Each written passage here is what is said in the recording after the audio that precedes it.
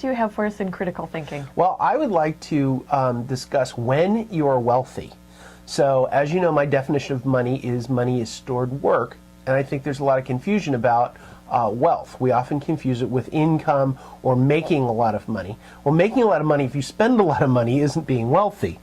I mean, you know, income and outgo. They could still be very poor. That's right. Even though they make a lot of money. That's right. Income and outgo are cash flow. Wealth is the amount of stored work or the amount of money that you have.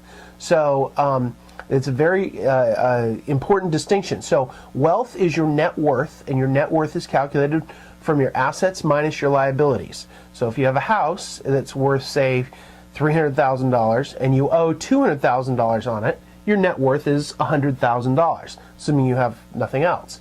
So that's how wealthy you are. You have $100,000 of stored work, right? So that's wealth. What's not wealthy is I make $100,000 and I spend $110,000, which means I'm cash flow negative. My income is less than my expenses. I make a lot of money, which makes you feel wealthy, but you spend a lot of money, so you feel all that wealth, but you're actually... So they have no stored work. So you actually are negative stored work, so you're going to have to work in the future without getting any reward for it to pay that money back. So it's important you separate wealth and your net worth from your income and outgo, which is your cash flow. Those are huge differences in the way we think about things, and we often think of making a lot of money as being wealthy, when actually having a lot of money is where wealthy matters, when wealth matters. Well, they're proposing tax cuts for everyone except for the rich. The rich, and yeah. That's considered somebody that makes over $250,000 in income. Well, some people consider that to be rich. But you're absolutely right. But that's cash flow, right? Right. That has nothing to do with wealth. So if you make $250,000 a year, but you spend $260,000 a year, you're actually less. You're negative wealthy. You're losing $10,000 a month or a year.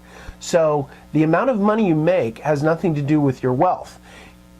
Similarly, if you have a lot of wealth, let's say you have $10 million, but you don't make a lot of money because you're not working, and you're just living off the money. Stored away. Yeah. So would you consider them poor because they don't have high income? Of course not. No, they've got $10 million in the bank. They're rich. So the amount of wealth you have is your stored work. The amount of time you don't have to work because you've stored work. Just because you're making a lot of money from your work does not mean you're wealthy, because if you haven't stored any of it.